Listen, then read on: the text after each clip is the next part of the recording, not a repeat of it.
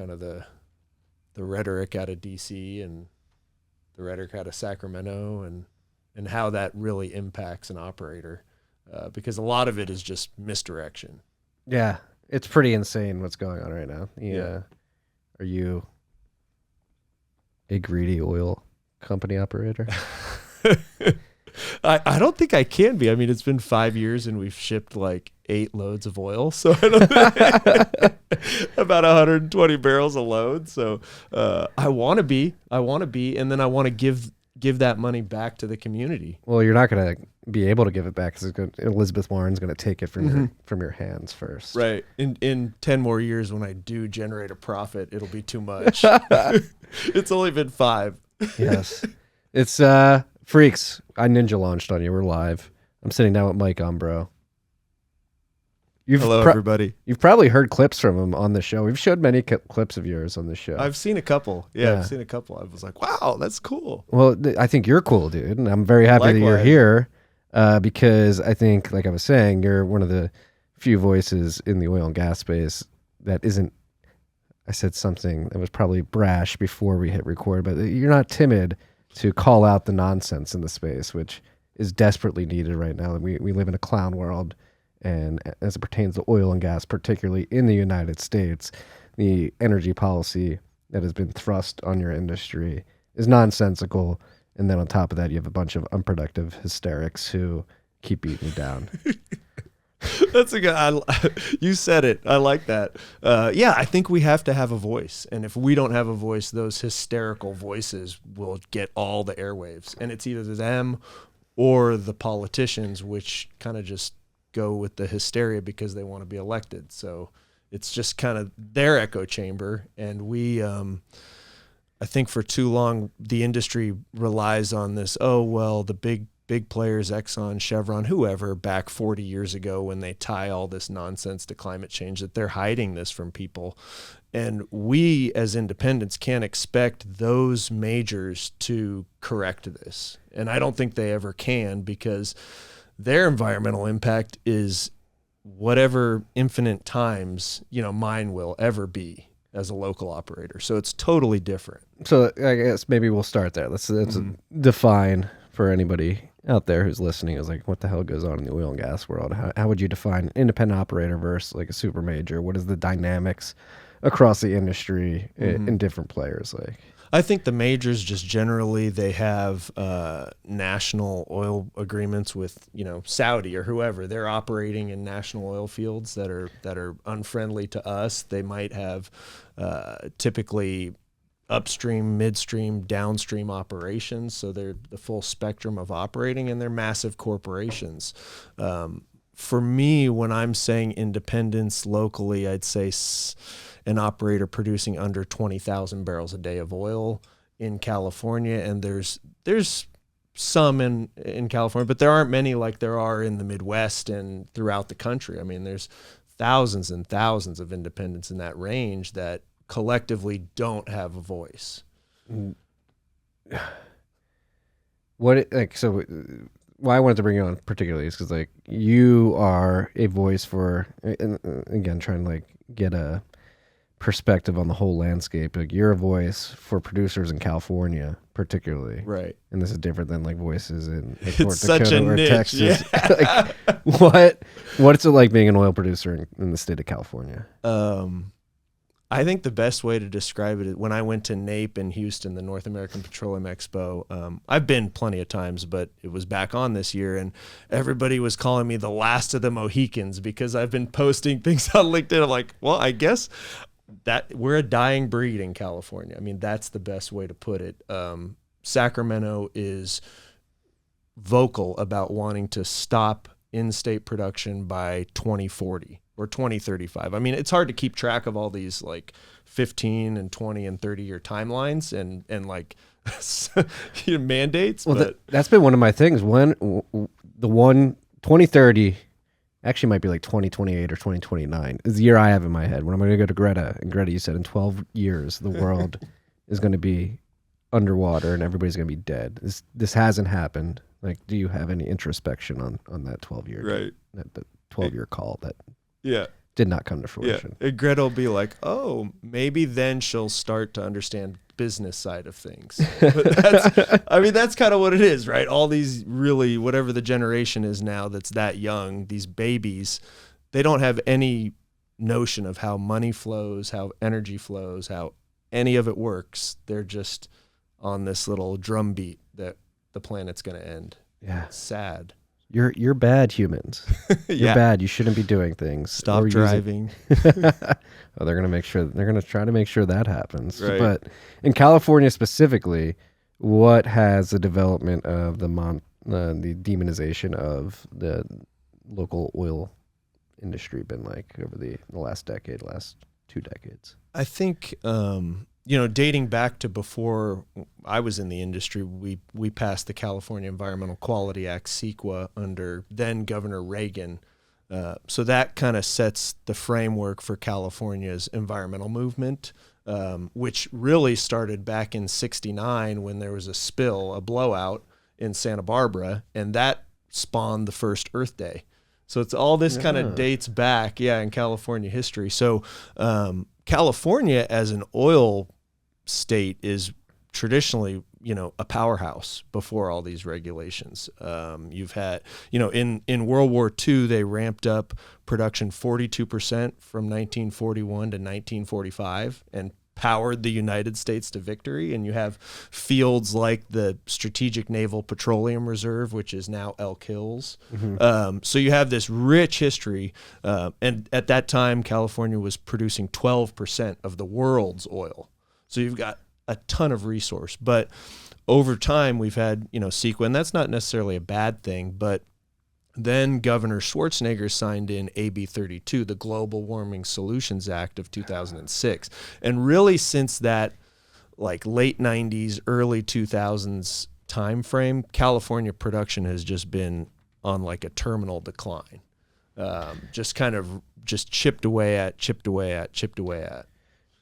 Global warming solutions. They're going to solve global warming. And if these regulations weren't put into place, how big do you think the oil industry in California could be? I think we could be producing 1 million barrels a day, and right now we produce somewhere between 330,000 and 400,000 barrals a day. So about triple 30 to 40% of what the potential is. Easy. Yeah, easy. And so what you explained when we first met at a Digital Wildcatters event. I don't know how much we're allowed to say about that particular event, but we met there. I haven't said anything about it. And it's mind blowing, just like the hypocrisy involved with the policy in California specifically, where everybody wants to scream hysterically about the environment. We're going to fix it. And the way we're going to fix it is by constricting and restricting the oil and gas industry within our state. Yet demand for oil has only been on the rise from Californians over the years. It's been pretty it's been pretty steady, but that has been at 600 million barrels a year. So 1.8 million barrels a day is California's consumption. So you're talking 2% of global consumption is California every day. And that has been steady. The only year it was below 600 million barrels for the year was COVID lockdowns of 20, which California had harsh lockdowns, but we still consume 485 million barrels. So still well over 1 million barrels a day. And you could provide over half of that in state if you had the political will to actually produce. Yeah, and you could do all of it if you included Alaska and Canada. Easy. It was that way. So in the early 80s, mid 80s, it was 90% California and Alaska supplied and 5 to 10% foreign crude. So we had that and we just gave it all away. And who do we give it away to? I think this is very important. For us right now, we're giving it away to, and traditionally, the Middle East, Saudi Arabia, Iraq. Ecuador is California's largest source of crude oil for the last available year and been, well over 50 million barrels a year for some time. So you're looking at OPEC nations. Last year we were all like, whoa, this Russia stuff came out, and it was 15 million barrels of Russian crude hidden in the other category on the pie chart. It's like other is 9%, and like 8% was those 15 million Russian barrels. Oh, we can't use those anymore. No, not anymore. So now they'll go, wherever. They'll sell them to China, who will put them in an Ecuadorian tanker and sell them to us anyway. Let's get into like the intricacies of that, right? Like, so again, going back to like hystericals, virtue signaling, and LARPing, like oil demand has remained constant to somewhat elevated over the years. There's a political inability, or unwillingness is probably the better word, to produce that domestically, whether it be sourced via California, most of it in-state, plus other North American producers who are also constrained by idiotic policies. But that gets, like, so again, the virtue signalers feel good because the oil industry is getting hindered in California. They think they're reducing oil production, but they're really just allocating it somewhere else where they don't have CEQA. They don't have CEQA regulations, which means that the oil is produced in a much dirtier way, would you say? Oh yeah, the worst way imaginable. And it's kind of ironic. And I don't mean to be laughing about it, because I do care a lot about the environment, but it's groups like the Center for Biological Diversity that's constantly launching lawsuits in California. It's like, well, how do you feel about the lizards in the Amazon of Ecuador? I mean, we're literally on our lease, we count the freaking lizards. Common lizards and endangered lizards. And it's important to note where... Wait, why we count? What do you mean by counting lizards? You send a biologist out before you move an inch of dirt. So if you're making a drilling pad, if you're doing anything, making a road through your lease, you're having a biologist out there to make sure you're not potentially running over a lizard. Now, it's important for the endangered species, but they'll count the common lizards. They're counting everything on your lease. And to think that is happening in the Amazon rainforest where China's operating their oil fields, I mean, really? Like, what does a Chinese rainforest oil site look like? Oh, I mean, you can look it up. I look at it and I post about all this stuff. I guess that's the only reason people know who I am, because I'm just like researching what happens in the Amazon, because I'm unable to get my own permits. But anyway, so the long story short is the last administration in Ecuador sold them out to China for green projects. Is this Correa? Yes. Okay. And so he took out like 15 billion in Chinese debt, all pegged to oil production. So the only way for him to pay this back is to produce the oil. And they built a green dam and dammed up their number one tourist attraction, the San Rafael waterfall, to make this hydroelectric facility that now is causing constant landslides in that area. And so their oil production can't even stay on pipeline, because the pipelines are constantly eroding and spilling oil into these sensitive ecosystems that all these indigenous communities, thrive on. They fish from, they drink from. So the Chinese operation comes in and ruins the Amazon for every indigenous Ecuadorian tribe, and California buys that barrel. And they feel better about themselves. Yeah, and we feel good about ourselves. And we're buying something like 60 or 70% of everything produced out of Ecuador. So we are the main driver of that production. Which is, again, we live in a clown world. We do. And so I think this is indicative of the fact that society at large, particularly here in America, does not understand the concept of opportunity costs. Like the opportunity cost of not producing a barrel in California while keeping your demand at the level that it is you produce in Ecuador. You don't see it, but it still gets produced, and there are consequences. There are costs for the production of that barrel. And exactly. That's why I love what you're doing, because you're bringing these opportunity costs to the surface, which is people just want to LARP and like think, oh, I'm doing good. But it's like, no, you're destroying the Amazon rainforest in Ecuador. You're handing this over to China. Mm-hmm. So ESG, it just destroys every ESG score you can think of. You like ESG, it destroys the environment. You're supporting a autocratic regime, and they don't really care about governance. I don't know where the G always trips me up. Right.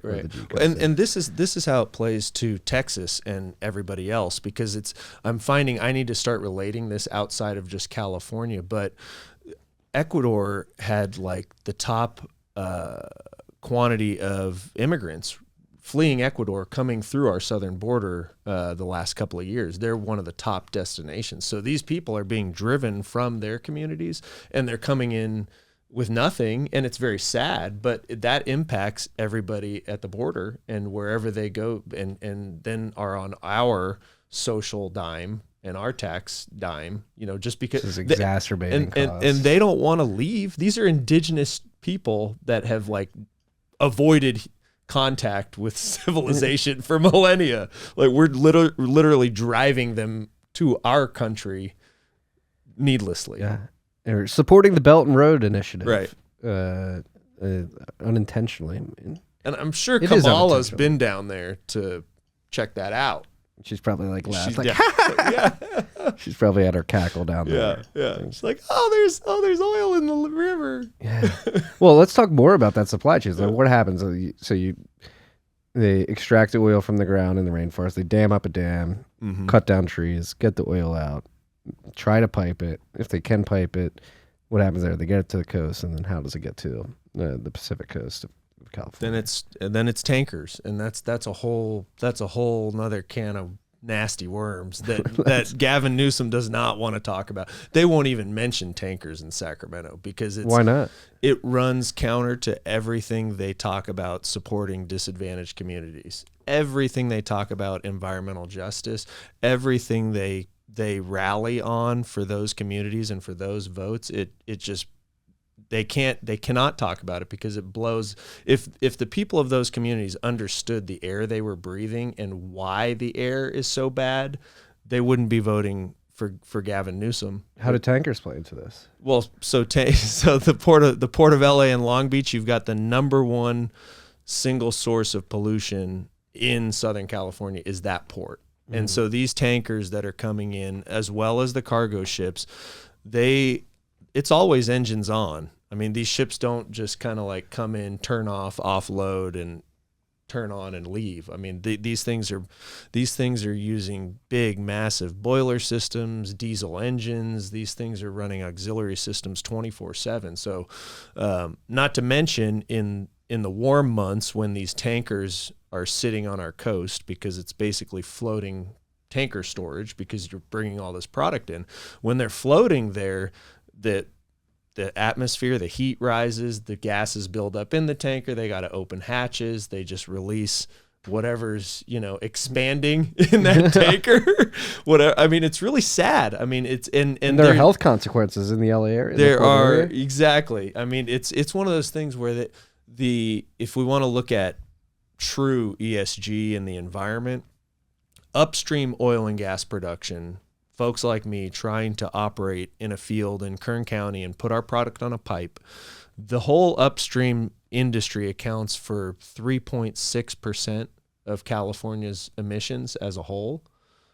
And so the port, now that's carbon, okay? That's not poisonous to your lungs. The port, these ships produce sulfur oxide, nitrogen oxide, and particulate matter from all these engines. Sulfur oxide, like if you get enough of it. Oh yeah, in a small proximity will kill you. Right? Yeah. It's nasty. I mean, it's sad, but the 710 freeway there by the port is called Asthma Alley. I mean, you've got kids, adults, everybody, asthma, cancer, all these nasty things because whether it's shipping containers or these tankers, it's all pumping out right on their homes. And so as we are saying, hey, we need to regulate oil production out of the state or manufacturing out of the state or anything, it's all coming back to us on the dirtiest form of transportation that exists. Well, let's lean into that. The demand is still there. Right. What is it about? It's not only California. It's happening all throughout the United States and the Western world in general. Right. Like, what is it about like exporting or relocating all of these manufacturing and extraction activities to another country that makes us think like it just never happens. It's just magic. That's their plan. That's their plan. They point to urban oil fields as these oil fields are poisoning your community, and then the urban oil field will put these crazy air sensors on the fence line and pick up. I had one buddy say, "Yeah, we're picking up a lot of acetone." I'm like, "Why acetone?" He's like, "Yeah, there's a bunch of auto body shops down the road, so they're picking up all the crap in the air in the LA basin, but it's not from the oil field. It's from everything around us or whoever lives in the LA basin and other cities that are, heavy industry cities." Mm-hmm. It's pretty wild. So compared to the operations in Ecuador, Saudi Arabia, Iraq, Iran, how strict are the regulations in California for extracting oil and putting it through a pipeline? What are the differences?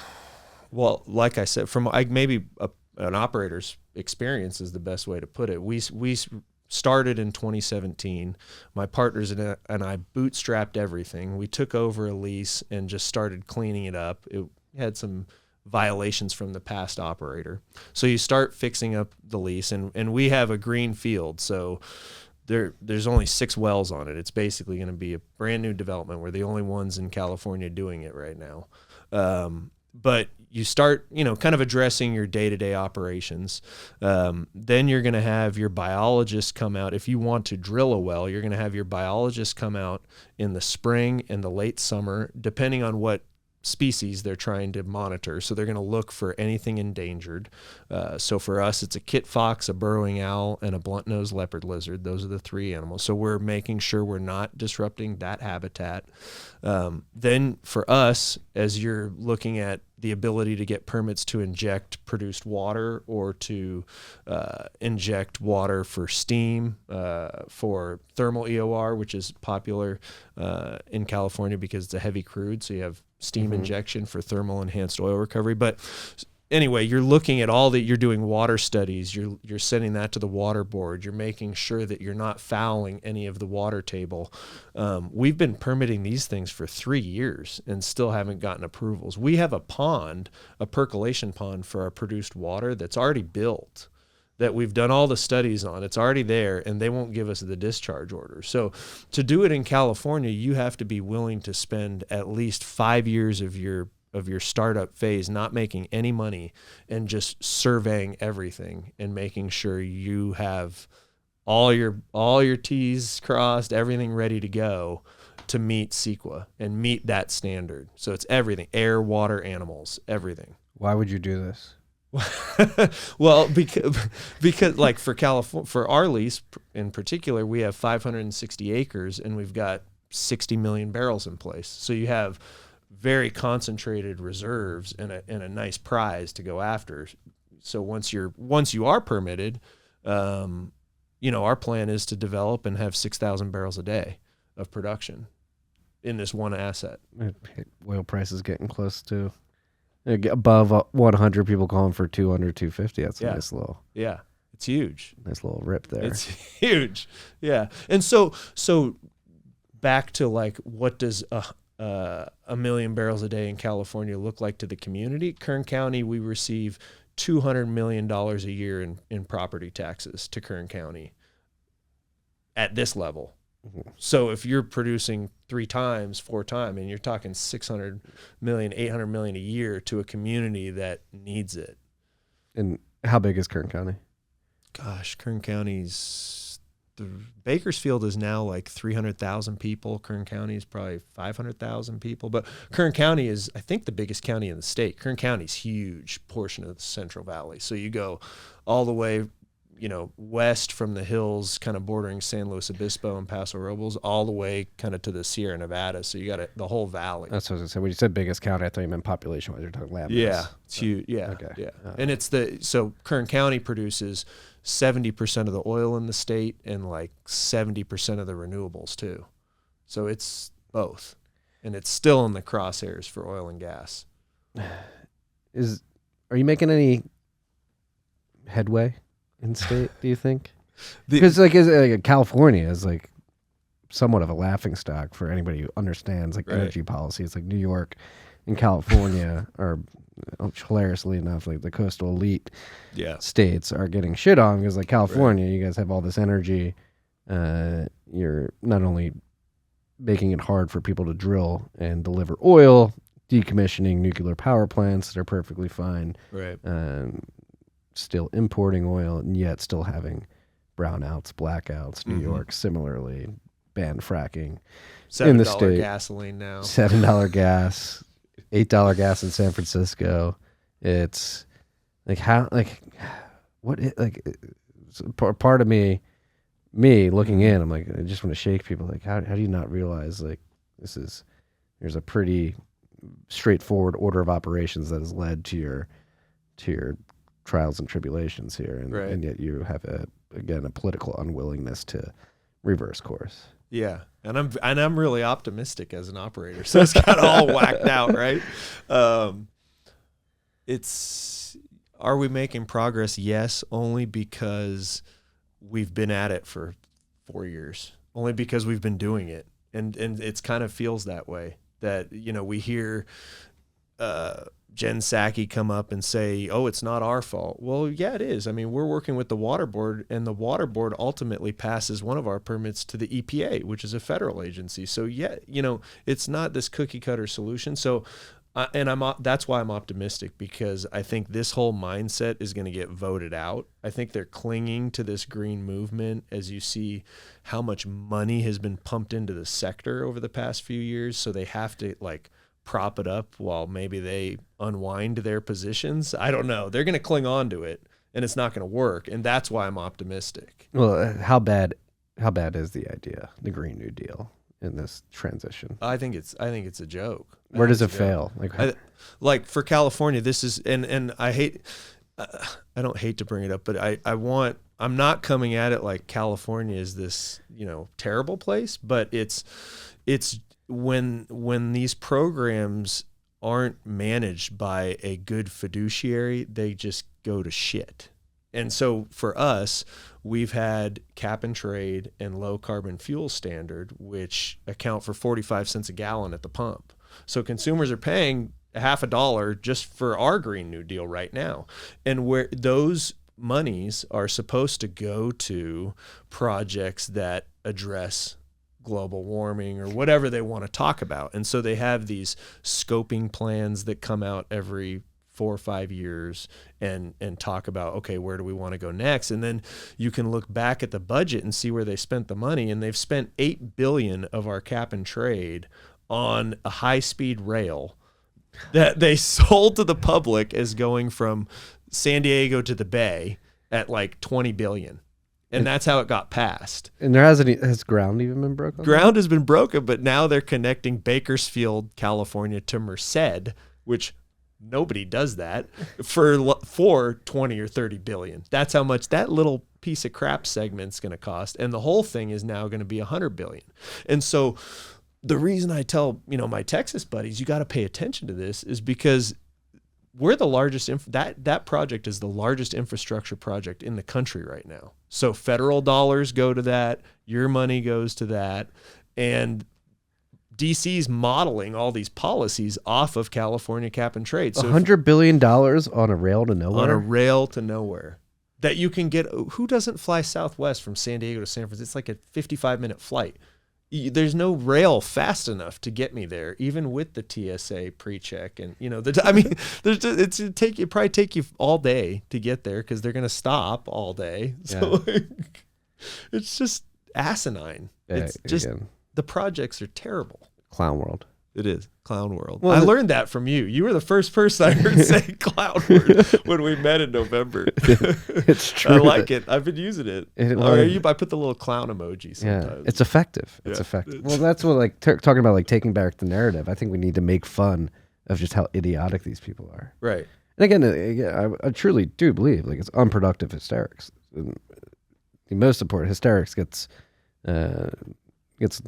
the most attention, but unproductive. These people are not producing anything. No. Except for regulations and laws and rules that you have to follow. You're out in the field doing the hard work to make sure that the land is set up properly, and then you're actually doing the drilling, you're doing the extraction, you're doing the delivery. Like, this is hard work that I don't think people realize is necessary to make this modern economy, this modern lifestyle that we have today, like, functional. And yet you have people like Elizabeth Warren, who's done nothing but pretend to be a Native American, and like hinder. Got her into Harvard, right?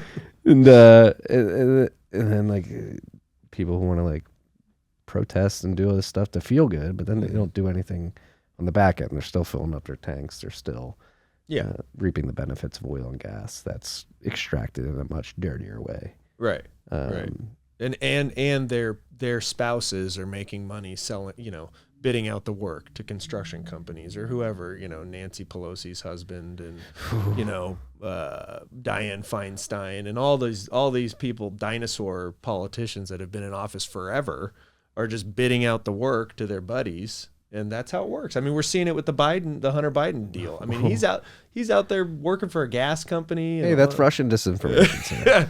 We're going to get taken off the air if we talk about it. Do we have free airwaves here? Are we in free airspace? Not on YouTube. YouTube, hey.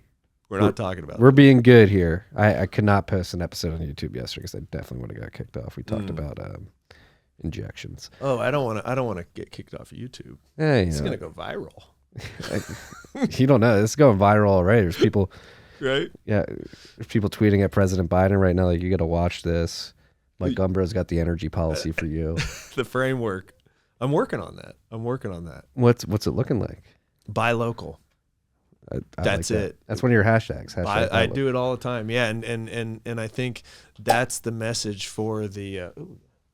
You need one? Okay. Let me get that. I think that's the message for anybody starting up, is building that local feel into your project. And for us, what does that look like? If Gavin Newsom blesses our project and allows us to proceed, just in our little oil field, that's $200 million spent investing in drilling companies in Taft, California, and service companies in Bakersfield, and biologists, throughout the Central Valley. Just all these different vendors that come into play. And then you're talking about, over $100 million in property taxes from our project to the state, and $10 million locally, and the jobs, the community. It's just everything woven together that they want to just say, oh, we'll just transition you.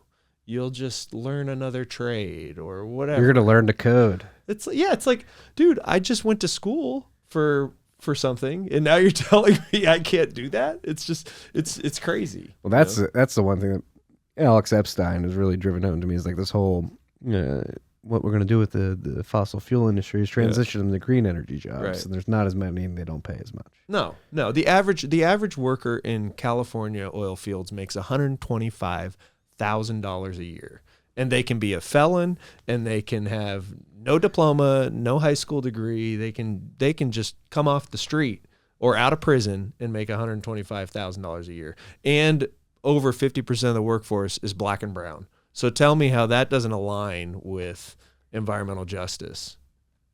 It's probably the social part of ESG. Yeah, maybe. Yeah. They're not socially friendly with the left elites, so they don't count. Do white people fart more and put more methane in it? It's ridiculous. It's ridiculous. The numbers show that the industry lifts up everybody involved in it. Well, this just begins to make me like, you always get into the conversation. Is it incompetence or is it malice? Like, are they literally trying to make us energy starved because they want to control us more? Because it doesn't make sense when you look at it, and you logically, like, all right, like, we're still using the same amount of oil, we're sending it over there, right? We're impoverishing our local communities, right? Like, people buying internationally and not local. I'm not going to force you to go down that rabbit hole, but for me, it's I think it's a valid question. But then my question back is, why don't they just do both?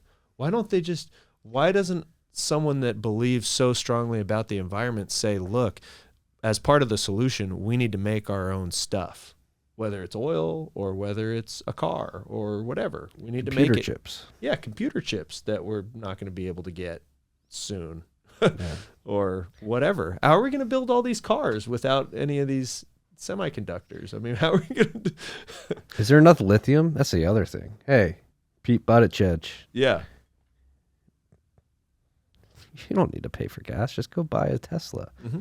It was poetic. Right. He said that, and then a week later, Tesla's prices went up like boop, boop, boop. 10%. Just like $10,000, no big deal. Yeah, just go buy a $70,000 car. Yeah. You poor. Yeah, most people are probably buying $10,000 used vehicles, and they just bumped their price up $10,000, and we're gonna tell everybody to go do that. Well, I retweeted something from you today that you have EV bros coming at you. Oh usually? Yeah. What is there? No, I don't really. I like to tease about that. I think I make a fictional fight about the EV stuff in my.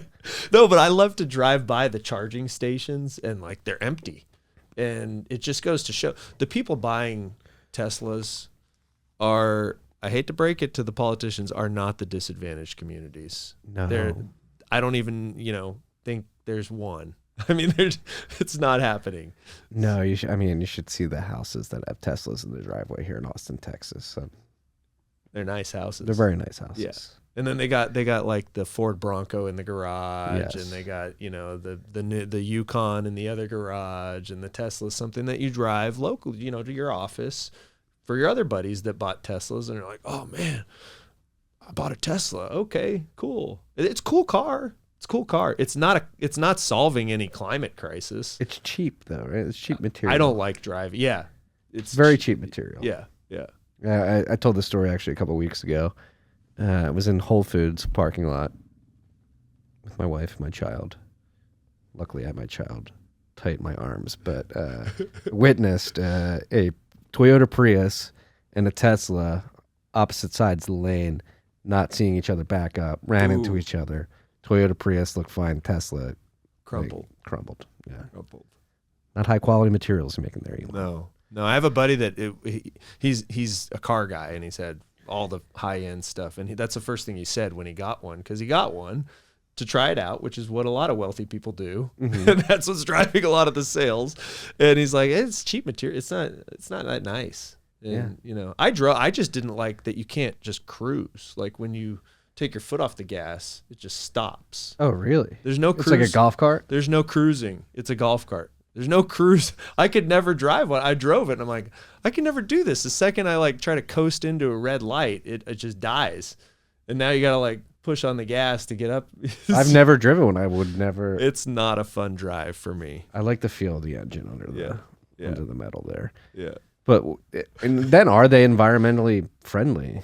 If that is even that's the other thing, the language around this. What is renewable? What is green? Right, what is sustainable? Right. And from what I'm told, I want to start researching this, but they're one of the larger producers of hazardous waste in California, because manufacturing uses a lot of water, and you're using metals, and that gets in the water, and you're producing a ton of hazardous waste. And from what I'm told, they take it down east of Tijuana for recycling. They just dump it in Mexico. They just dump it in Mexico. Oh my gosh. Yeah. And then it probably got, that's probably what's happening in the Tijuana, sewage line that spits out south of Coronado, and all our Navy SEALs get to swim in poo. And we can't fix the poo that our Navy SEALs swim in, but we can, mandate oil out of the state or whatever, fill in the blank. And electric vehicle. Yeah. Fleet by 2026. How, again, going back to dates and stuff like this. How we're going to be net zero by 2040. It's like, what the fuck? What isn't? Again, words are important. Definitions are important. Right. What is renewable? What is green? What is sustainable? Net zero means there's no humans. All right. Right. We produce carbon. Yeah, that's right. And the vehicle thing, if you look at the numbers, can you transition? No, you can't. You look at the sales data from the California auto dealers, 64% of the vehicles sold last year were SUVs, trucks, and vans. So there's still a majority of huge vehicles being bought, and I think 10% were fully electric, which was the highest. So it's growing, but still, if you're only selling 10% EVs every year, how does that ever transition? Well, then you think, is there enough lithium to meet the demand? Yeah, and how much not diesel only the do US you need to get it? Yeah. So let's talk about that. Like what? So that's the thing that irks me about the green movement, EVs, whether it be electric vehicles, solar panels, wind turbines, electric dams. People look at the end product, the Tesla in the charging station, the solar panel in the middle of the desert, the wind turbine in the field, and they say, "Oh, look, that's clean. It's not producing anything." But everything that came before that and on the back end of its life is not talked about. Right. At all. And it's pretty important. It's totally important. And nobody talks about that. And it's needed whether you're mining in Africa or whether I did a video the other week just down on a trail below my house. They're doing some lagoon restoration. And it's like big ass equipment. I mean, you got excavators, you got reach lifts, you got dozers, you got dump trucks, you got all this stuff just to, even prepare for a climate catastrophe. You need a lot of diesel. So if you're going to prepare our coastal communities, how are you going to do it without yellow iron that's building seawalls or whatever it is? And that's the thing that's just so silly. It's like, well, we need both. Like there's no getting around that. And so you want to buy it from, whoever in China, or you want to buy it from me? Like buy local. Buy local. Buy local. But they want to end you.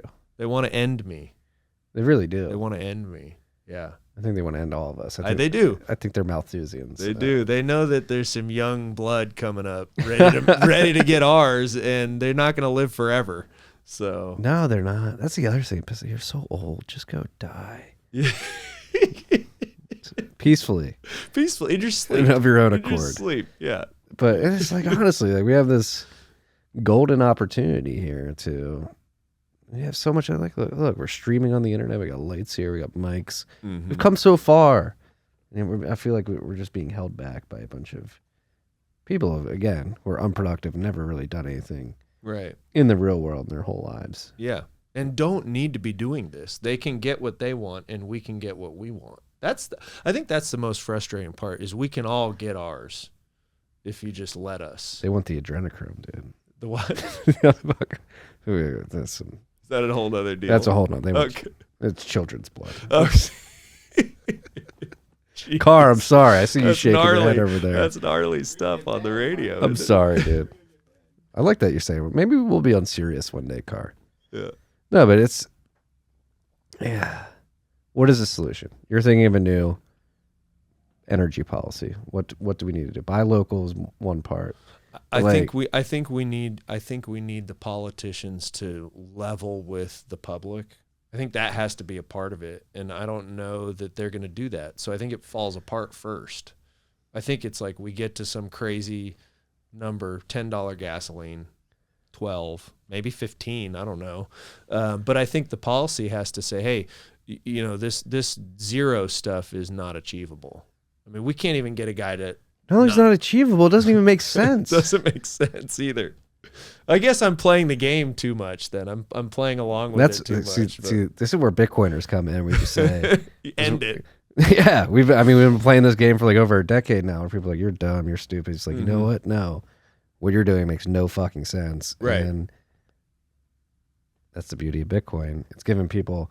fuck you money, not in the sense that like they're exceedingly rich. Obviously, it's made a lot of people exceedingly rich, but they literally can't stop our Bitcoin accounts. They can't stop our private keys. Right. And so we can still move money and allocate money. They can't like freeze our bank accounts like Justin Trudeau. Right. Or the U.S. government freezing Vladimir Putin. It's like, hey, we're going to invest our capital in what we think, and there's nothing you can do to stop me. And maybe I've even mentioned that. I'm like, maybe operators just say, we're going to drill our wells without a permit, and there's nothing you can do to stop me. And if oil's expensive enough, I'll find somewhere to sell it. Yeah. Someone will set up a teapot refinery somewhere. This is what and I'll be need. selling little barrels to your teapot refinery, pumping out asphalt and diesel. What is the potential for like a mass protest in the oil and gas industry?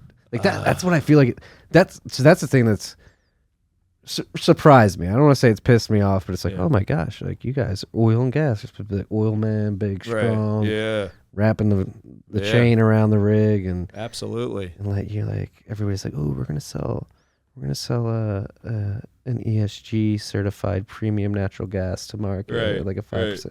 It's Right. Stop playing within their framework. Like, you are the basis of our economy. Exactly. Without you producing the energy, we cannot do any of this. You have all the leverage. Right. Fuck these people. ESG is such a ridiculous notion because it's like, if and when we get our permits, I'm CEQA compliant. Show me another barrel of oil that if I'm meeting CEQA, I don't need an ESG program. I'm paying people proper wages. I'm allowing women to drive.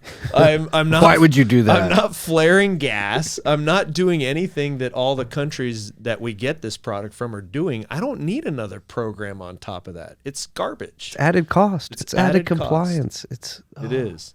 And people, it's just going to take time for all these college students that think they know everything. They're going to have babies eventually, and they're going to realize, wow, I got to spend money on stuff, and it's not just all for me, and I got to spend money on other people, and every dollar counts, and it's coming. It's coming. Someone who's got their second kid arriving soon. It's like, holy shit. Yeah, I got 3.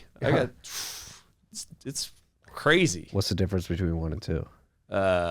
1 and 2 is way bigger of a thing than 2 to 3. Okay. 2 to 3 is like, whatever. No, 1 to 2. Yeah, you're in for some stress. Okay. Yeah, but it's good. It's good. No, I'm pumped. Good. I'm sure. I haven't met your wife, but I'm sure you guys make a good team. You got, Maybe you'll meet her tonight. Yeah, I'd love that. Yeah. Yeah. You'll meet her tonight. No, it'll be good. No, but it's. Yeah, well, that's what I wanted to bring back. Bitcoin. Like, so you're like, oh, these kids with these college degrees. So one of the most common phrases that we say on this podcast is "fix the money, fix the world." Mm-hmm.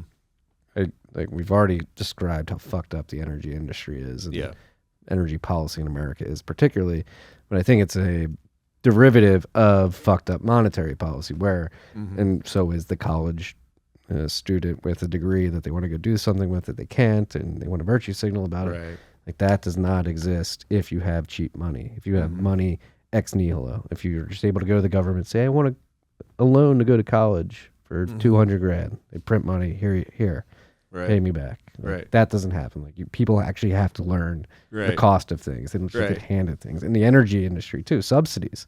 Maybe that's a rabbit hole. What subsidies? There's no subsidies. Subsidies do not exist. I don't understand what people are saying about subsidies to oil and gas. I don't know of any. I would love some subsidies. Well, that's that's something that always stressed me on Twitter. I'm like, there are subsidies in the wind and solar industry, though, right? Oh, solar pays no taxes. So solar, when they put the solar array back, on the field or wherever it is in California, they don't step up the value based on the infrastructure you've put on the ground. So it stays at the same value of just dirt in the desert. So they pay solar paid like $1.8 million in property taxes the last year the data was reported, and in California, in Kern County, and oil and gas was $200 million. That's the best way to look. Kern County is the bulk of California's energy production. 70% of the energy produced in California comes out of that one county. So again, it's the one thing I get tripped on Twitter. I'm like, there's so many, like, people are like, oh, wind and solar is cheaper than oil and gas. I'm like, well, there's like subsidies, and that could be contributing to the low price of the subsidies weren't there. All things held equal. Yeah. Probably not cheaper. And they're like, oil and gas gets way more subsidies. I'm like, I don't know if that's true. No, there's no subsidies. There's none. The only thing we get are intangible drilling costs. So that's like your capital expenses to drill a well. It's just like what you do, capital expenses for any kind of development. I mean, it's the tax code. It's been in the tax code for 100 years. Everybody gets it. Everybody gets it. It's just called something different. It's IDCs in oil and gas, and it's called something different for whatever everybody else does. It's capital expense. There's no subsidy. I'm not getting anything to produce my barrel. I'm spending a shitload of money to produce my barrel right now, but I'm not getting a damn thing from the state or the federal government. Except asked to buy carbon credits. Yeah. If you get big enough, yeah. Renewable energy credits. So here's a crazy thing on that, for a geeky operator thing. So for thermal EOR, you're going to put a steam generator out on your site to pump steam downhole to improve your production.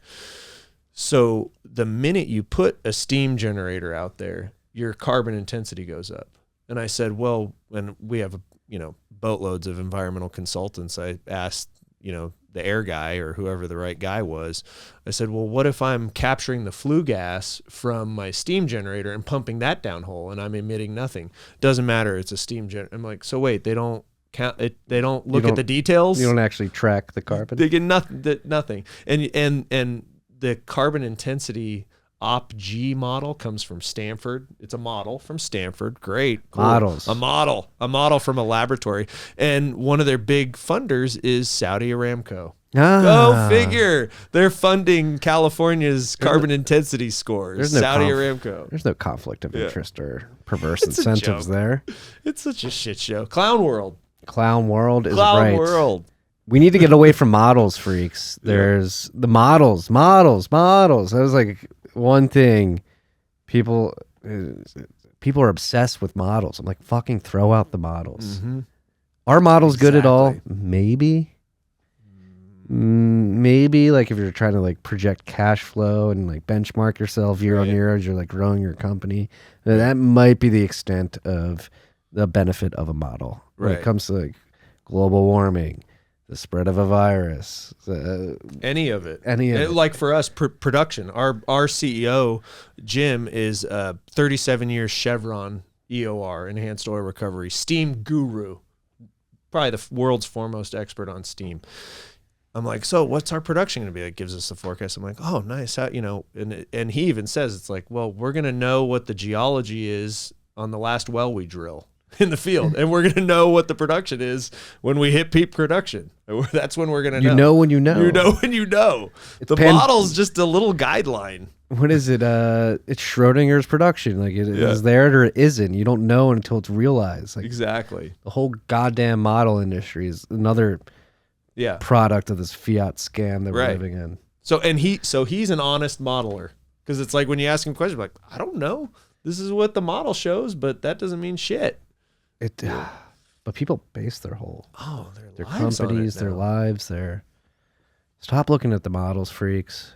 You get us into so much trouble, and they just bog us down. Think how much time is wasted, how much potential economic value is wasted, how much like human intellectual capital is wasted by just being forced to focus on these models, these climate change, whatever it may be. Right. Like, it's too academic. It's not real world. No.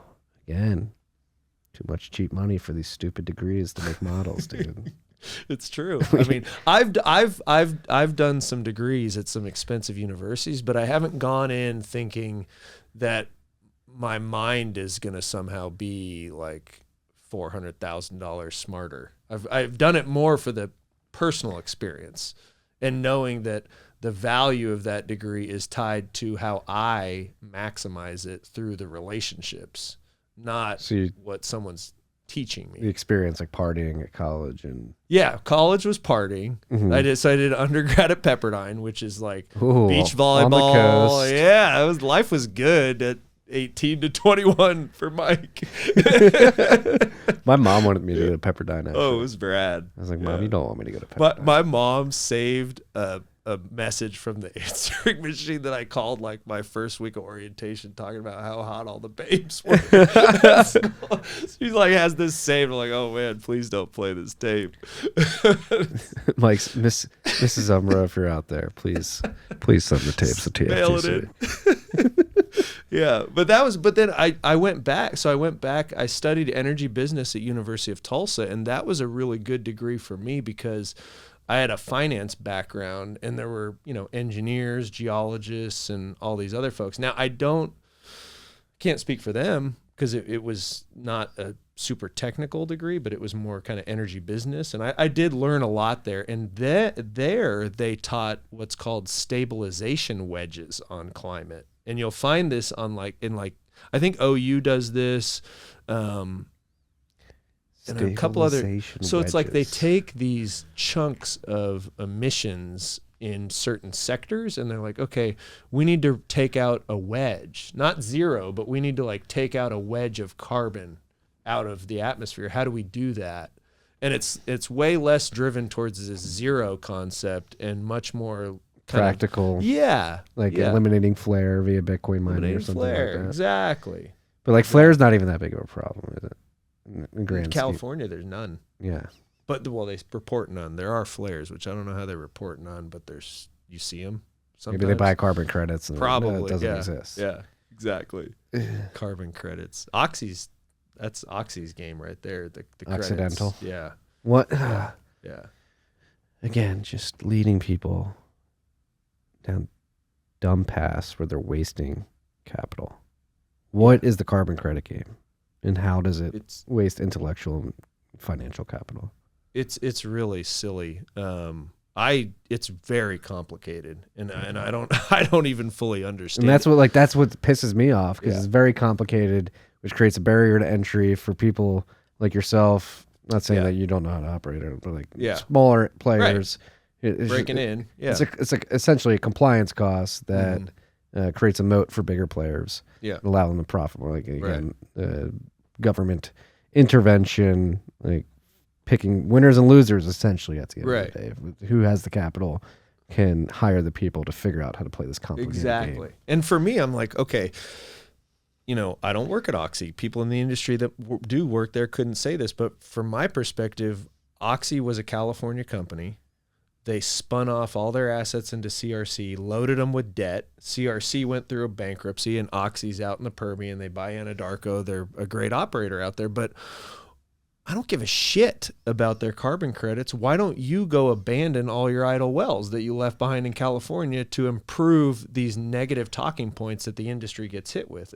Idle wells have nothing to do with me as a tiny operator, with no idle wells. But Oxy, who leaves 8,000 of them in California, then just like, peace out, California. CRC, you go bankrupt, I'll go here. And it's like, now they're getting credit for these carbon credit, and 45Q and sequestration. I mean, they're doing CO2 floods to enhance oil recovery. That shouldn't be a credit. They're pumping CO2 to enhance the oil recovery. So it's CO2 EOR. So they're making more oil with this CO2 process, and they're getting credits for sequestration, and they're able to participate in. And who do they sell? Like, who buys these credits? I read an article. Why would you ever cuck your that's the thing. So it's why I become so passionate about this. Right. I got dragged into the oil and gas industry by Bitcoin. By Bitcoin mining. I was like, and goddamn, I was like, we need cheap energy. Like, these flare stacks, we'll buy your. At the beginning, they were giving, the oil was doing so well, they were giving us the gas. Yeah. I remember those days. Yeah. What was that, like 17, 18? Like beginning of 19 as well. 19. So it's still good in 19. Yeah. You get free gas. They wanted to drill, and they were like, we got to do something with this gas. Right. North Dakota, they have very strict flaring regulations. Yeah. So like, just take it. Yeah. And then as you get further down the path of like figuring out carbon credits, I'm like, what the fuck are you people doing over here? It's a joke. What are you doing over here? We don't need all these trading schemes. The only people that get money out of these trading schemes are the big companies that trade the credits and the traders. That's it. And then it's like for Bitcoin, so like Bitcoin miners, like we're gonna start buying carbon credits, like to prove that like Bitcoin mining is green, because we need to prove that Bitcoin like mining does not destroy the environment. It's like, motherfuckers, you're buying electricity. If you buy the electricity, you can do whatever the fuck you want with it. Right. People are charging dildos all across the country right now. Right.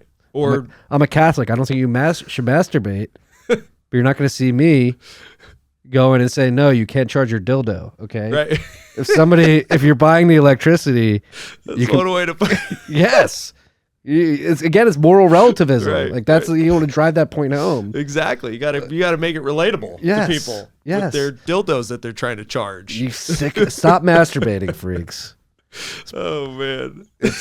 But it's. I mean, that's again clown world. You have to paint the hypocritical picture for these people. It's like how clown world. Like if a devout Catholic or Muslim thinks that masturbation is wrong and a sin against God or Allah. Yet they live in a society where we can all live together, and they're not trying to prevent you from buying electricity to charge your dildo. You can't come to a Bitcoin miner and say like, we don't like Bitcoin. We use a lot of energy. We don't think you should be able to buy electricity and create hashes with a machine like this. Because it's just. And in California, it's going to cost you at least like 24 cents plus a kilowatt hour to charge it up. So you can't be charging it in California. That's an expensive get off right there. Yeah, you don't want to do that in California. It's expensive out here. But it's like the Bitcoin mining industry started going down this path of, oh, we're gonna buy a car. Like we need to like tell everybody that we're good. I'm like, stop bending the knee, these unproductive hysterics. Right. And then like I get like dragged into oil and gas too, and like I'm like, you guys are doing the same. Like we just need to stop the madness. Right. And we can do like, and that's but many people agree with me in the space, but there are other people who are like, you hate the environment. You're just like a pro oil shill. It's like, I'm a surfer. I was telling you this when we were at the digital, like I love the ocean. I'm that asshole that cleans up the beaches when I'm walking off. I yell at people if you litter on the beach. Right. I like to be as efficient as possible with what I'm doing. I don't turn my air conditioner on until I absolutely need to. Exactly. 68. Set it to 68 or whatever 68? the guideline is. Is that too low? That's too low. 70. 68's my heat. Is that okay? Oh, 68 heat's good. Cold. Yeah. Babies, if they're cold. Yeah. They wake up and then I got to wake up. I need 68 at night. 68. This is like the this is like the Curb Your Enthusiasm. Look at that 80, Larry. Yeah, exactly. We need common sense. It needs to be a Curb Your Enthusiasm. I mean, it needs to be. So last week I had I always try to get people to come to Bakersfield with me because it's like I drive up from San Diego at 4 a.m. and I never have. I got my buddies up there, but I want outsiders to come experience it. So I happen to have a college buddy and his partner. They sell industrial steam equipment outside the oil patch. They came up, and then 2 buddies that own a spill containment company in Oceanside. I'm like, you guys come up too, because my buddies are coming up. And they drove out to our lease, and they were like, you can't get permits out here? Are you fucking kidding me? Like, out here? The pictures that you post, you got like cows in the background. Yeah, they munch the grass. When we grow anything, it's rare. We get less than 6 inches of rain out there. But we have to take people to these sites, I think, and show them like, this is desolate. This is where you want to be operating. Yeah. This is where it happens. Like there's homes an hour that way to Baker into town and not over here. You know what? They're not going to hop on a flight to Guayaquil and get out and go to the rainforest and be like, oh, this is where we're getting oil. This is probably not where we should be getting it from. There's so many trees you need to cut down. Like nobody's doing that. No. I want to do a flyover in Ecuador. Someone needs to get a plane and we need to see all this like watershed washout and landslides and destruction. Yeah. They don't show us that. And the people of Ecuador are very nice people. I actually worked at a company that was based in Ecuador, in Quito. That's why I know Guayaquil. That's why I know Correa was president. Nice. You're like, Marty's just a learned man. It's like, no, I mean, I like to think I'm a learned man, but it's like Guayaquil is like in the mountainous region. And it's like very farmland focused. And if people and you have China just using the Belt and Road Initiative to come in, basically IMF, like IMF Ecuador in the Chinese way, and like take their land and their resources. You don't want to support that. No, you do not want buy local. Buy local, and now China's a big JV partner in Iraq. Because you get BP stepping out of these big plays, and then China's like, oh, well, that's good oil. We'll buy that. There's not enough steroids in the world to get Joe Biden to make it to a flight over to Saudi Arabia. So Xi's like, all right, I'm going to come. He really got to juice him up. He might crap his pants in that heat. He would. I mean, oh, man. Is he even alive? Who knows? Is he alive? He's Bernie. Weekend at Bernie's. Oh, it's just pure CGI. Has anybody seen him? Has anybody physically seen him? Is there a freak out there who's physically seen him outside of a TV? I want to know. I'm kidding.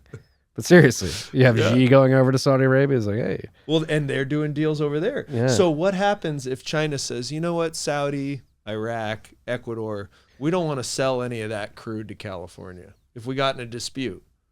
So now that's what? Half our oil is gone. 1 million barrels is gone every day. We're fucked. Done. Now, I don't know if they can do that because we're buying all their garbage on these container ships that come in every day and just sit there. What do you mean garbage? Well, whatever plastic toys they're, all the imports we buy from them, if we can't turn them off. So I don't know if they could turn off our oil. No, we're pretty going. It's like a symbiotic relationship. Yeah. We're sort of dependent we're on each in other bed at this point. Yeah. Which is weird. Mm-hmm.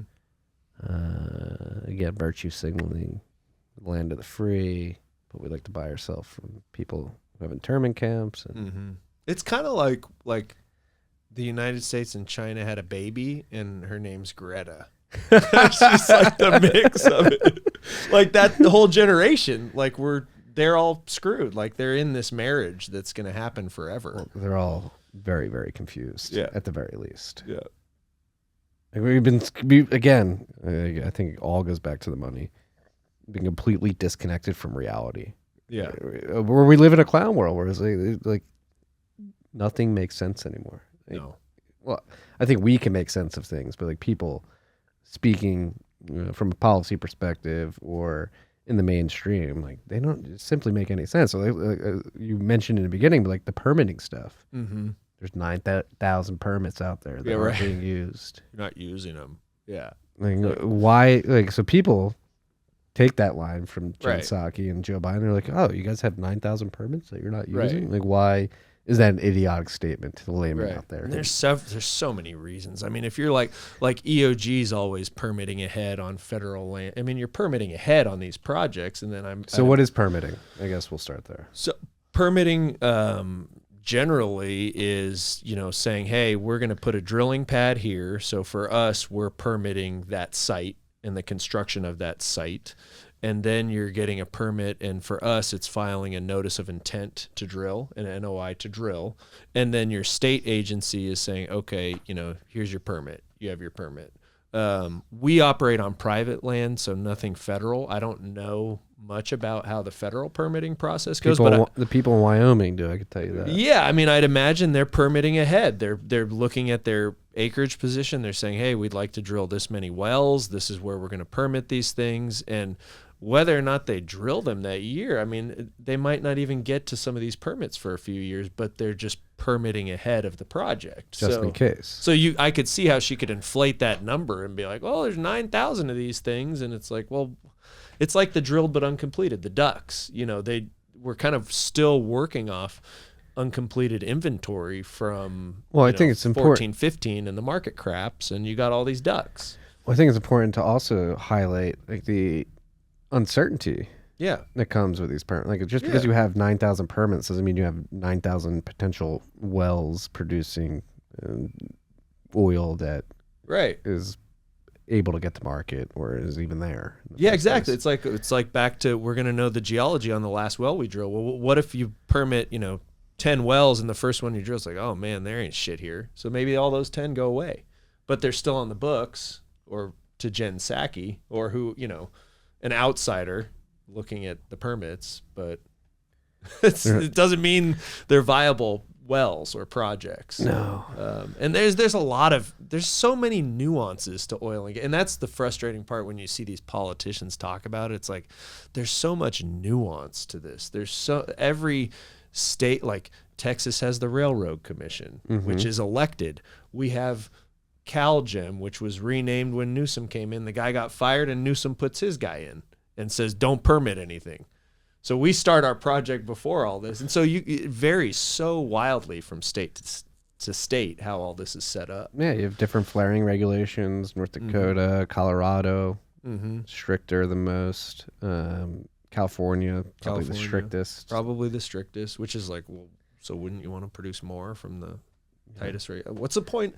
What's the point of a CEQA or any environmental legislation if you don't encourage production from that region? Right? Like, oh, we got the best laws, but can't do it here. It's so stupid. It's pure bureaucracy. It is. Yeah, we're just gonna It collect taxes and pay these people to permit stuff that never gets built. Yeah, and we, the operators, pay. The taxpayers don't pay for CalGEM. We, the operators, pay their salaries, and they always need more positions filled, but somehow they do less and less work and less permitting every year because... Well, that's what I was saying. Why would you ever do this? Why, personally, What made you want to be like an oil man? There's something about being like really developing an oil project that like once you're gonna do it, you're gonna do it. And I've asked my buddies who have done it, like, what does that feel like? Like, what is that feeling? They're like, it's the best fucking feeling in the world. Like when your well comes, it's just, it's one of those industries where it's like, there's romance about the idea of like, I can pull out energy from the ground that is just so powerful. Like for us to know that our product is going to go to local end uses, no matter what, every barrel of oil produced in California is consumed in California. Like it's the definition of buy local. So I think there's that part of it for me. That's just like, I know this is the best thing, so I can't do anything else. It's like a weird. No, I know exactly. Is it Bitcoin? Am I like the Bitcoin? Like the mirror image of Bitcoin is California oil. I wasn't even gonna pull. I wasn't even gonna pull Bitcoin into it, but you can. Like that's what I love mining, because mining really drives home the value prop of Bitcoin. The fact that it's permissionless, that it's this machine here produced hashes that probabilistically allow me to potentially add a block of transactions and contribute to the distributed network. Like nothing, these machines really drive that point home. Mm-hmm. But no, it's just like Bitcoin aside, like you have a connection to the earth and to things that matter. Like being able to turn these fucking lights on, this mic on, does not happen without people like you actually pulling shit out of the ground that combust and creates electricity to do all this. Yeah. When I die, cremate me and pump me down hole. But that was weird. I like it. I like it. No, but you mentioned something that's interesting about, kind of the earth and the energy and the opportunity. Like for us, all of this conversation, is great. But we still are trying to create a zero emission environment on our lease, even, because you can do things better. So we're looking at integrating technology to basically create a geothermal battery effect in our reservoir. And I think oil and gas operators are going to crack that code before we see like these massive solid state lead batteries or whatever they're trying to do at utility scale. I think we're going to figure out how to harness it from the earth before ripping all the earth out. What's the idea behind it? So, I mean, high level, and I'm not an engineer, but you're taking a solar array to heat water, and then you're flooding your reservoir with that hot water, and then you're producing oil and heat, and you can spin a turbine at surface with the heat you're producing, and you can produce oil. So you have a symbiotic solar and oil relationship here. Yeah, and it's the marriage of geothermal and oil and gas and solar. Yeah, all coming together. It'll all come together. And there's other people working on this. This is not like a premier. It's not premier. It's not us, Premier Resource Management. It's not. It's essentially off the shelf technology, but you have to have the engineers, and this is where it's silly that you're trying to get people out of an industry. This is where you have the engineers that have been in it for 35, 40 years that understand thermal dynamics and understand how rock heats up and how that happens downhole, stuff that like you spend 4 decades learning this stuff at all these people, at Chevron, Shell, Texaco, wherever they were. The sociology major is here to tell you that you're bad. I'm bad? You gotta go. I gotta go? Kick out all those fucking jobs. Oh, right. Yeah. Kick them out. Reload. Yeah. With no experience. You wake up 10 years and a whole generation of knowledge has just been gone. Yeah. What did Freud think, though? Is he going to help you figure out these hard engineering problems? Exactly. I don't know. I mean, I think I'm 38. I'm not stopping. So like, I got to suck it all out of you. My partners are 62. I've learned more in the past 5 years than I have in any school or anything, working with my partners who are a reservoir engineer and a petroleum engineer, and just have been in it their whole life. And to think that you want to lose talent, that knowledge. Yeah. Even younger than that, the 45 to 60 range that is really minimal in oil and gas, because the 80s were a shitty time. So you do have a talent gap already in oil and gas, but the idea that you want to lose all that engineering expertise and then try to start over on these pipe dreams is silly. It's very silly.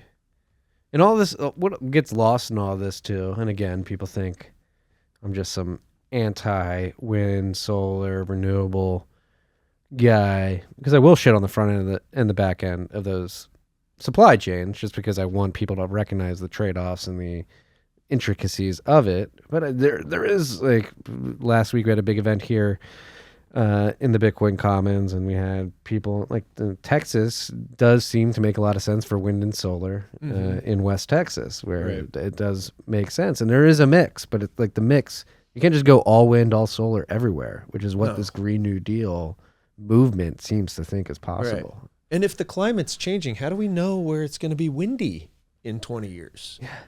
How do we know where it's going to be sunny in 20 years? How do we know any of that? It's changing so rapidly. it's like... If is the biggest word there. Yeah. And I think broadly, the energy demand pie is growing. So even everything can grow. It's going to continue. There's 8 billion people on the planet. And like, how racist and regressive are these policies too? Like, it's awful. Hey, we got here. We have iPhones. We have Teslas. We have lights and streaming technology. But you people in Sub-Saharan Africa, South America, you can't catch up to us. No. You can't. You're going to try and use your oil to create industry? Get the fuck out of here. We're giving their children jobs, digging the cobalt out. Oh yes, jobs, cancer, jobs, cancer. They don't pay anything, but they're working. They're certainly working. They're working hard. It's brutal. But that and the development is happening. They are taking their oil and gas. I mean, I see that in the data. Guyana is the next spot that Exxon's doing a lot of offshore exploration in Guyana. So now we're gonna Guyana or Ghana? Guyana. Where's Guyana? Guyana on the like east side of South America, on the northern east side there above Brazil, kind of. Okay. And a lot of oil in that Brazil, all around that horn, whatever you want to call it, of Latin America. South America it's a lot of heavy oil, and that's what needs to come to market. So we're basically going to tear up all these pristine ecosystems around that horn to pull it into California. Because Becky down the block wants the virtue signal. Becky, yeah. Becky. Yeah. She drives a Tesla, and the kids go in the Yukon to practice. Yes. But she drives the Tesla to the grocery store. They don't have a suburban-style Tesla yet, okay? It's, oh my god, it's coming. Isn't that big truck, that big like paperweight truck? That thing's never coming. They already pushed back production by a year. Oh, did they? And that ball bearing went right through the window. That was probably the worst product reveal of all time. Yeah. Hey, this window's unbreakable. Let me break it real quick. I've seen 2 Rivians. What are Rivians? Those are jokes. The trucks, the EV trucks that are $80,000 or whatever. Is that like the Ford? They're tiny. They look like those Honda trucks, whatever those Honda pickup trucks are. That's the other thing too. Ridgeline, whatever. These things are very low T. I don't want a low T vehicle in my life. I want a high T. High T. Did you see that Chevy that got caught in the tornado last night here in Texas? Oh, car, pull up the video, please. This would never happen to a Tesla or anything like that. There was a tornado just north of the city, Round Rock, Texas. Really? Went over I-35, and somebody, a storm chaser, caught the video of this fucking badass Chevy. Car's going to pull it up right now. You'll see it on the screen here. Oh, wow. He's got it.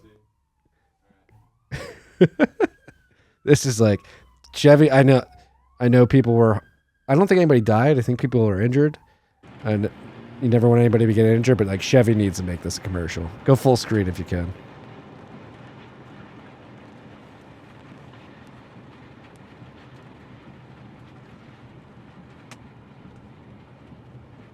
We're watching. Oh, that's it right there. I see it. Yeah. Rewind a little bit, Car. If you look at it, it gets beat up a little bit. Look at this thing. No way. Look, the tornado knocks it on its side. Just kind of gets nudged. And I'm just like imagining the guy in the car like bumping it. Wow. Yeah. You're not going to get that with an EV truck. Wow. Unbelievable. Like a rock. That is unbelievable. Now he's driving. He's fine. It looked like he had like a little tornado fishtail. We're gonna turn the Chevy needs to turn that into a. No way. Yeah. Wow. Although the EVs are pretty heavy. they're made of plastic. That dude would have been sitting on They would have been sitting on like a chair and like a steering wheel with like a lithium ion battery behind him. Yeah, no, it'd be like the old cartoons where he's like the outhouse gets ripped off, like the whole cover of the Tesla's gone, and he's like sitting there in his seatbelt. The lithium ion battery gets struck by lightning, catches on fire. Catches on fire for 2 weeks straight. Oh yeah. That's another thing with those. They catch on fire. Like what was it? Australia had that Tesla plant. Yeah, we have one up in the Bay. That they can't keep online battery storage. It can like store enough battery power for like a minute or like a half a minute of power. Hey, we're just around the corner. Yeah. Okay, we're almost there. Right. Moore's law is going to drive us to the point where battery technology is going to far surpass anything that we've seen to date. Anything. 12 years. Yeah. 12 years. Yeah. It's always something like that, isn't it? It's always like, oh, well, and then we're going to recycle the batteries. And you're like, what? We can't even recycle plastic bottles. We're going to recycle these lithium ion batteries? Who's going to do that? And how much energy does that take? Yeah. Oh. By recycle, we're just going to drive them down to Tijuana and dump them in the... Yeah. And then we're going to do a life cycle analysis. Well, if we have 400 million EVs, then we get economic with our recycling. Oh yeah, then we get there. Yeah, we get there. It just so happens that the Congo is a hole in the ground. We don't care about them though. We can't see them here. We're gonna be doing like cruises or tours of these mines. Like it's gonna be a tourist attraction. Disneyland Congo. Yes, we lost many child slaves here, but oh my gosh, look at all the EVs we have. Unbelievable. And guess what? They only last for 5 years. They need to figure out how to recycle them. Right. Oh, they figured it out, right? Oh, yeah. They know what to do. Take it to Mexico. Oh, they modeled it out. They modeled it out. And the model says everything's recyclable. Yes. Yeah. Yeah, you're just going to somehow evaporate this lithium ion and all the chemicals that you put in it. Right. And that's Gavin Newsom has said that the Salton Sea in California is the Saudi Arabia of lithium. So he's willing to go all in on that. What are the people of California doing? What happened? Like French Laundry should have been done. Should have been done. There's just so many. How does that happen? There's just so many wacky old people that just vote with a D. That's it. And then the recall was never going to work, but. Now he's running, and it's really no name opponents, it's tough. How the fuck is Gavin Newsom? He like literally looks like Michael or Patrick Bateman. Like he is that sociopathic. It's pretty obvious. He is. And now he can do whatever he wants. I mean, Michael Schellenberger's running. I love that. I like him. Michael, I think he's rad. Michael, if you're listening, check your DMs. I have about 100 in there. Like, come on, dude. Come on the show. He's great. His book, I think it's here. Oh no, that's Unsettled. I thought I saw it. I've had Coonan on the podcast. This is Coonan came on. Yeah, Michael, I gotta listen to that. Michael, if you're listening, I had Steve Coonan on. He was cool enough to come on. I'm not saying that you're not cool, but like I think you're like, who was this weirdo tweet about Bitcoin asking me, the person who wrote San Francisco, to come on the podcast. I'm just some dude. Yeah. Mike's a Californian. Yeah, I'll go up to San Francisco. I'll campaign for you. I don't like Gavin Newsom. Yeah, I'm down. And the other opponent is Senator Brian Dahl, who's a state senator from Sacramento. I've met him, really good guy, farmer, and he sees that like ag is getting pushed out of California. Production of oil and gas is getting pushed out. So I think he's got the political experience, and then Schellenberger's got obviously his experience as an author and advocate. So I would love for one of them to pull it off. I just don't see it happening. Well, Schellenberger, if you don't come on the podcast, we're gonna get Dahl on the podcast. We're gonna make him win, okay? Yeah. Yeah. We have that much influence. He needs here. money. He needs money. They all need money because Newsom's got like 25 million or something already just sitting there. Probably made illegally. Yeah. China, really? I don't know. China.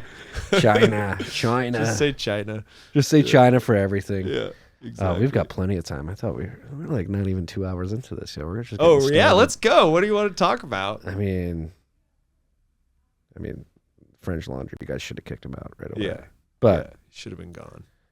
Like somebody speaking in the comments out there.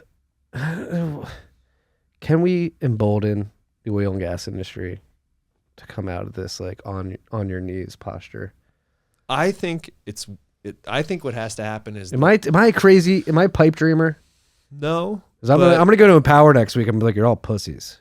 No, I think the moment has to come where everybody in Texas and elsewhere can no longer think, well, California, you guys just move in here and everything goes to shit. And no, like we all need to fight together on the front lines of where these precedents are being set, is my theory. And precedent is being set in California. And whether we as an industry or just as society like it or not, the number 2 is Kamala Harris, who's California. The number 3 is Nancy Pelosi, who is California. So I get into it sometimes on Twitter with my like 12 followers, like, hey, Texans, California is running the show, whether you like it or not. And that's Texans don't like to hear that. They don't like to hear that. They do not want to hear that. But it's the truth, because we've got 53 House seats in Congress. It's California and New York around the country. Yeah, it's the country. And that's what's... I remember being in Midland, Texas on election night 2016, and we were just ripping shots of tequila, drinking beer. I mean, it was just this total unexpected thing that Trump was going to win. And we were at the grocery store. Hillary's crying in the back. Yeah, getting ready to pregame. And I remember, because I'm coming from California, I had just gotten in that day, and we're getting our stuff to pregame, and the gal checking us out was like, oh, he's going to win. Trump's going to do it. I'm like, really? How is that even going to happen? Like, no way. And then it happened. And that's what I think we all need to come to this realization, like, the Biden thing happened. Like, it's real now.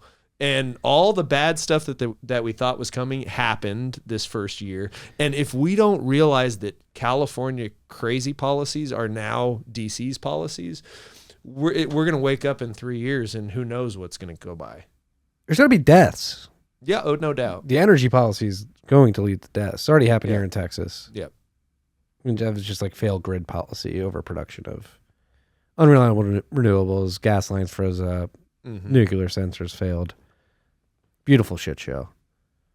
But yeah, like if the Green New Deal people get their way, there will be deaths in America. Right. Whether freezing to death, heat stroke, or being unable to feed themselves because people are having to weigh the killing each other in the gas line. That as well. Like people are like, oh, dude, I saw a video. Snoop Dogg actually posted it on his Instagram. But we're laughing, but it scared the shit out of me. Some dude in LA was just like, Joe. He's like crying, sobbing, crying. He's like, Joe, I didn't eat today. You want to know why I didn't eat? Because I couldn't afford gas to get to my job. Obviously working like a job where he gets paid out every day. Right. Like we're already there. Right. I think that's just one anecdotal example. Imagine how many of those individuals are out there. Right. That aren't creating videos. And then if you $10 gas, $15 gas. And we haven't even seen inflation Food yet. prices rising alongside it. Like we haven't even seen it yet. Inflation hasn't happened yet. We are talking about it. I saw on Twitter today, who was it? Javier over at Bloomberg was talking about a diesel shortage. Like, well, how does all our stuff get in from the port? Yeah. Diesel. So that's another reason, like California policy impacts the middle of the country. Like all those diesel trailers bring in everything. Half of our imports in are going to be short diesel. And the diesel's the main, asphalt and diesel are what California heavy oil, typically goes to for feedstock. You're taking heavy crude and you're making asphalt to make the roads and diesel to move these products. And these are the two things we need right now. And you're telling me we can't we can't make them. It's really scary. Like, It's I know we've crazy. been laughing and palling around, Yeah. but this shit's serious. It really is. Like, It really, but you have to laugh about it. Otherwise you'll just be depressed. Yeah. I mean, because, you know, a lot of the hardcore environmental activists, see how angry they are. Like, nobody wants to listen to that all day. No. Like, it's not a winning message. no. It's like crying and skipping school and like protesting and Woe is me, you're the problem. yeah, like my mommy and daddy put me on a sailboat to tell you this. And then that's the person that's going to go and testify in front of Congress. Like, you can't pull out someone that knows the facts. It's like, You have AOC sitting there. Oh my God. I know. AOC. Yeah. She's got a Tesla, I heard. I thought you said chest there for a second. She has both of those. We're not apparently. allowed to talk about her physical assets. Her chesticles. Yeah. No, we can't talk about those. No. She talks about him though. She'll like say like, "Oh, that senator's checking me out. Why are you checking me out?" Oh, you misogynist. Yeah.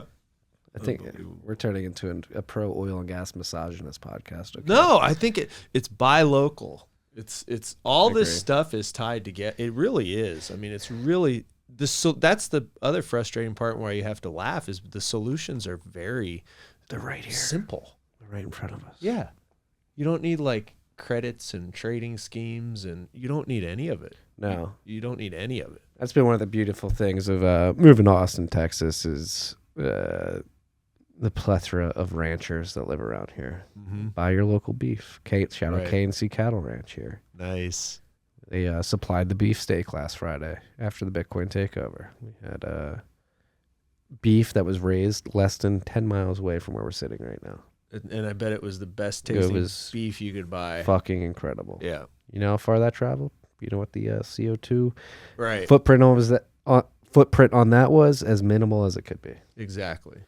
It's that simple. And I think that's how all this needs to be like simplified to people is like, I do the same. There's a strawberry stand at the bottom of our hill. It's like we go get the strawberries that were grown 5 miles up the road. It's like the best tasting strawberries you can buy. And it's my buddies that came to the lease. They're like, you need to name your product. And I'm like, what? What would you name it? They're like, local honey.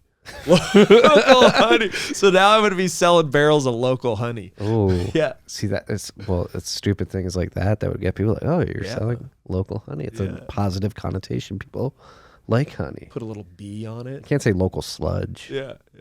The problem is my barrel, and that's the whole other like ball of yarn that people get so confused about is like this is a global market at the same time. So when these, policies get rolled out, like, why isn't gasoline prices dropping? Like the price of oil dropped last week. Why? It's like, well, it doesn't work that way. It's like it's Well, let's get into that because I don't think people really understand that. Like, not all oil is fungible, right? yeah, and it trades on the water. It trades probably right Yeah. before it gets delivered to port. It's traded all the way here. So you have sweet crude in Nigeria. You have your heavy crude in California. You got tar sands in Canada. You got light in Permian or lighter shale production Yeah. out there. Well, like, how is each one treated differently? Well, I mean, you got to have a certain amount of each in the refinery, and those refineries can't necessarily be rebuilt for different sources that easily. But yeah, you're these gas stations are buying product at a price point and whatever volume they're buying that week, and then it's not like they're buying every day. So if they're locked into a big purchase, they're going to be selling it at a higher price. And we had like that. They're greedy. Yeah, exactly. They're greedy. But we had that blip of like, what was it, 130 for like 4 days? It was in that 130 rate, and then it dropped, and people are saying it dropped. It's like, well, no, it was $66 in November. Yeah. It hasn't dropped. It went from 130 to like 112. It's still up 60%. Yeah, it's like, what are you expecting the price of gasoline to do? Right? So can we dissect that narrative that, the oil and gas companies had their largest quarter of profits in some time. Right. Like they're being greedy in a time of need. Right. DRW broke this down on one of his LinkedIn posts recently. That's why, like, I didn't find you for a while because I'm not on LinkedIn. Right. Yeah, I've been more on LinkedIn. I only got on. Why are you on LinkedIn? I don't know. LinkedIn's like the worst. I don't need a job. I haven't been looking for a job. Yeah, get off LinkedIn. For like 5 years. I don't know why I'm on. Well, now that I have Twitter, I got Twitter at that. I told you. I said you got to get on Twitter. I'm like, okay, I guess. So, I mean, I don't know. I'll talk to anybody. But DRW is one of those dudes too. He's on LinkedIn only. And he broke it down about basically showing from the end of 14 to 2021, it was shitty. So like if you look at the returns over the 6 years we've just been through, it's like minimal. Yeah. It's like 3%. I forget what his LinkedIn post. He's so analytical. I mean, that guy's crazy smart. He's based too. But yeah, it's like you can't just look at 1 year. Like I don't have a lot of tweets that go viral because I don't have a lot of followers yet, but I tweeted like who's taxing the record profits of Pfizer and Moderna, and like I forget how many 100,000 people like it. I'm like, oh wow, that's how Twitter works. Yeah. Oh yeah, I remember retweeting it, but it's like true. It's like they got a government subsidy to push out an injection that may not have been as advertised. Yeah, it's like no one's talking about taxing them. They made billions of dollars. It's literally taxpayer money was printed out, like boom, thrown at them. Yeah, keep the profits. Right. Yeah, and they're not legally liable for any potential adverse reactions. So yeah. Well, now the SEC saying maybe the public oil and gas companies will be liable for their climate impact. That's coming out. I read that in the Wall Street Journal today. It's like, what? Why is the SEC worried about climate impact? Dude, again, I think these people in the political spectrum, many of them, not all of them, they want to control us. It doesn't make any sense. Chuck Schumer came out and was like, we need Biden to create an emergency order for climate change. Right. Emergency orders, climate change. We have, I forget the exact term, but it was essentially like I think it was you need to use your state of emergency. Climate emergency. Was it I think it was a climate emergency. Yes. Declare a climate emergency. Declare a climate emergency so that we can force people to buy $70,000 Teslas. Right. Or do whatever we tell them that's best for the climate, because they have degrees in environmental management and they know what we should be doing for the climate. What these people have at the end of the day are degrees in corruption freaks. Yeah. They do not care about you. No. They do not care about the environment, because if they did, California wouldn't be importing, what is it? 70% of our crude. From Ecuador. Well, yeah, 25% comes from Ecuador. 25% comes from Saudi. 25% comes from Iraq. Some from Colombia. And 15 million barrels from Russia last year. And did you know, no one reports, Gavin Newsom went to Cabo last year, and there's this story, and I posted, it didn't get any tweets. See, I think Twitter kind of like thumps down certain things. When you come at the Pfizer, Moderna, he's like, get the fuck back down. Yeah. But he stayed at this resort mansion that apparently is owned by some Russian oligarch. Oh. That was his family vacay in between emergency orders last year. Interesting. Do you have this pulled up car? Is this what you're looking at? Yeah. Oh yeah, they got the paparazzi pictures of him poolside or on the beach with his kids, and it's like, dude, is this back? We're back. Talk about Gavin Newsom getting close with some Russian oligarchs, and they cut your Wi-Fi. They know what we're talking about. Yeah. We're on to something. Maybe we were. Yep. How do these civil servants get that rich? Nancy Pelosi, obviously, she's insider trading. It's pretty obvious. Gavin Newsom. I want to get in that clown car. I don't want to get in there. Those people are miserable. Yeah, that's true. And they're fake psychopaths. Yeah. I hope I'm not a psychopath. I'd like to think I'm not. You don't seem that way. I don't. I'm pretty good at judge a character. All right, good. You seem good. Good. Yeah. Car, am I psycho? No. Okay, good. Car confirms too. Yeah. That being said, we have to get to dinner at some point. I have to go home. Absolutely. Wife's got a nail appointment for 45 minutes, and then we'll reconvene for dinner. Perfect. What should we tell the freaks out there about oil and gas produced domestically, ESG, whatever the fuck it may be? How should we end this? I think we all just need to support local production of oil and gas, of anything you're buying, food, groceries, anything. It's going to get to a point where local production is maybe all we have if the supply chain's shut down. So we better start thinking about it and talking about it and supporting it and voting for candidates that support things that are made here. Yeah. Or like, just like, don't listen to these idiots and just start drilling. Right. Start plugging in miners. Yeah. Fuck these people. They hate you.